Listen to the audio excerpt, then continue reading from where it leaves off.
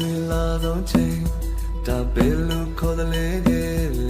တိမ်ပင်လေးကြီးရှိမှသူနေကနေတောင်းမောစလက်ပန်းနဲ့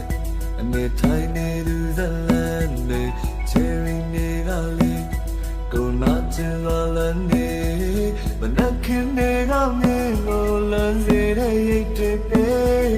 ကိုမရောက်လာတဲ့လမ်းမှာနေဆောင်လို့နေမလားလေဇလက်ပန်းလေးတောင်းမောစလက်ပန်းလေးတနေစီကခွင်းနေဒီတနိုင်ငယ်စီတွေကလေအတူပြမဆုံးနေပြီကန်ခင်းနေသူနေရောက်ဟဲ့နေကြီးမနဲ့ခင်တဲ့ဖက်ဒီနေဝင်တဲ့ရတဲ့ဖက်စီတောင်းမောသူငွေတန်းတောင်းမောသာကရနေပြီ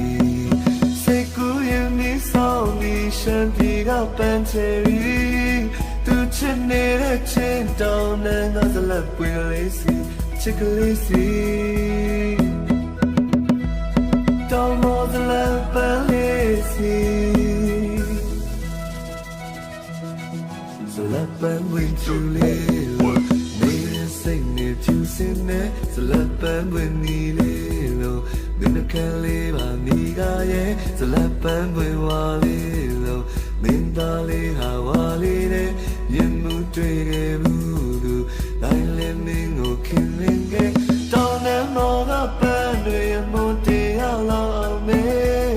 ဒီပန်းတွေရွှေချယ်ပြီးမရစေခဲ့ပြီဇလက်ပန်းလေး